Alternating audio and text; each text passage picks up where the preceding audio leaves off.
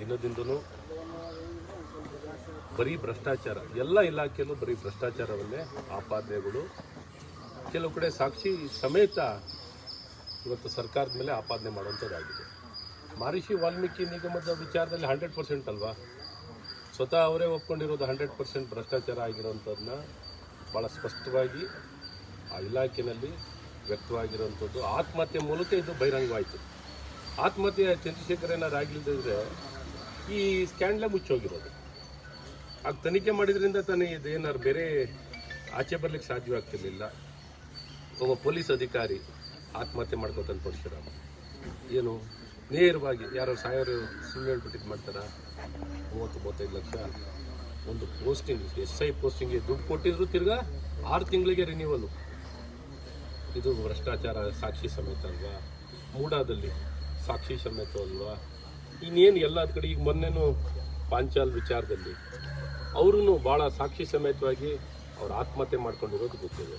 ಬೆಳಗಾವಿನಲ್ಲಿ ಇನ್ನೊಬ್ಬ PA ಕಿರುಗುಳದಿಂದ ಆತ್ಮಹತ್ಯೆ. ಈ ರೀತಿ ಎಕ್ಸೈಸ್ ಡಿಪಾರ್ಟ್ಮೆಂಟಲ್ಲಿ ಎಲ್ಲ ಏನು ವೈನ್ ಡೀಲರ್ಸ್ಗಳು, ವೈನ್ ಮರ್ಚೆಂಟ್ಸ್ಗಳು ನೇರವಾಗಿ ಆಪಾದನೆ ಮಾಡಿದ್ದಾರೆ. ಅಧಿಕಾರಿಗಳು ಆಪಾದನೆ ಮಾಡಿರೋದೆಲ್ಲ ನೋಡಿದ್ದೀರ ಇತಿಹಾಸದಲ್ಲಿ. ಅಸೋಸಿಯೇಷನ್ಗಳು ಎಲ್ಲ ಪೋಸ್ಟಿಂಗ್ಗಳು ಎಕ್ಸೈಸ್ ಡಿಪಾರ್ಟ್ಮೆಂಟಲ್ಲಾಗಲಿ, ಆರೋಗ್ಯ ಇಲಾಖೆಯಲ್ಲಿ, ಇವಾಗ ಆರೋಗ್ಯ ಇಲಾಖೆಯಲ್ಲಿ ಔಷಧಿ ಮಾತ್ರೆಗಳು ಅವ್ರ ಬೇಡಿಕೆ ಇಷ್ಟೇ % ಕೊಡಬೇಕು, ಕನಿಷ್ಠ 40 ಮಂತ್ರಿಗಳಿಗೆ ಕೊಡಬೇಕು.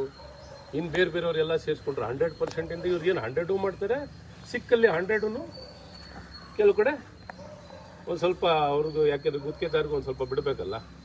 ಈ ರೀತಿ ಎಲ್ಲ ನಡ್ಕೊಂಡು ಹೋಗ್ತಿದೆ. ಎಲ್ಲ ಆಪಾದನೆಗಳು ಆಪಾದನೆ ಮೇಲೆ ಆಪಾದನೆ. ಇವ್ರು ಬಂಡರಾಗ್ಬಿಟ್ಟಿದ್ದಾರೆ. ಏನಾರು ಹೇಳ್ಕೊಳ್ಳಿ, ನಾವು ಮಾಡೋದು ಮಾಡ್ತೀವಿ. ನಾವು ಬಂದಿರೋದೇ ಲೂಟಿ ಹೊಡಿಯೋಕ್ಕೆ.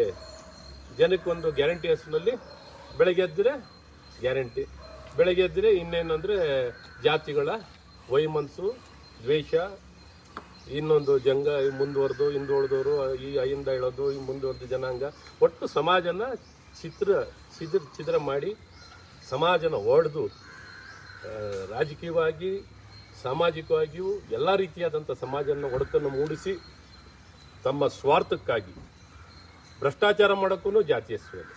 ಯಾವ ಜಾತಿ ಹೇಳುತ್ತೆ ಇವ್ರಿಗೆ ಭ್ರಷ್ಟಾಚಾರ ಮಾಡಿ ಅಂತ? ಯಾವ ವ್ಯಕ್ತಿ ಹೇಳ್ತಾನೆ ಇವ್ರಿಗೆ ಭ್ರಷ್ಟಾಚಾರ ಮಾಡಲಿಕ್ಕೆ ಹೇಳ್ತಾರೆ? ಈ ಜಾತಿ ಹೆಸರಿನಲ್ಲಿ ಅನುಕಂಪ ಪಡ್ಕೊಳ್ಳೋದು, ಭ್ರಷ್ಟಾಚಾರ ಮಾಡೋದು. ಇವ್ರಿಗೆ ನಿಜಕ್ಕೂ ನಮಗೆ ಹೇಳೋಕೆ ಈಗ ನಾಚಿಕೆ ಆಗುತ್ತೆ. ಏನು ಅಂದ್ರೆ ಏನು ಬೆಳಗ್ಗೆ ಎದ್ರೆ ಇದೇ ಹೇಳೋದಾಗಿದೆ. ಬೆಳಗ್ಗೆ ಎದ್ರೆ ಸೂಲಿಗೆ, ಬೆಳಗ್ಗೆ ಎದ್ರೆ ದೋರೋಡೆ, ಭ್ರಷ್ಟಾಚಾರ 100%. ನಾನು ಹೇಳಿದೀವಲ್ಲ, 100% ಆರೋಪ ಮಾಡಿರ್ತಾರೆ. ಏನು ಕೊಡ್ಲಿ, ದಾಖಲೆ ಮೇಲೆ ದಾಖಲೆ ಕೊಟ್ಟೇ ಇರೋದಲ್ಲ. CBIಗೆ ಇನ್ವೆಸ್ಟಿಗೇಷನ್ ಬೇಡ, ಈ ದಾಖಲೆ ಬೇಡ, ಅಲ್ಲಿ ಬೇಡ, ಇಲ್ಲಿ ಬೇಡ. ಯಾವ್ದಾರು ಒಂದು ಮುಕ್ತವಾಗಿ ಒಬ್ಬ ಮಂತ್ರಿ ಮುಂದುವರೆದ ಮಂತ್ರಿ ಆಗಿದ್ರೆ ಯಾವ ರೀತಿ ತನಿಖೆ ಆಗ್ಲಿಕ್ಕೆ ಆಗುತ್ತೆ ಹೇಳಿ?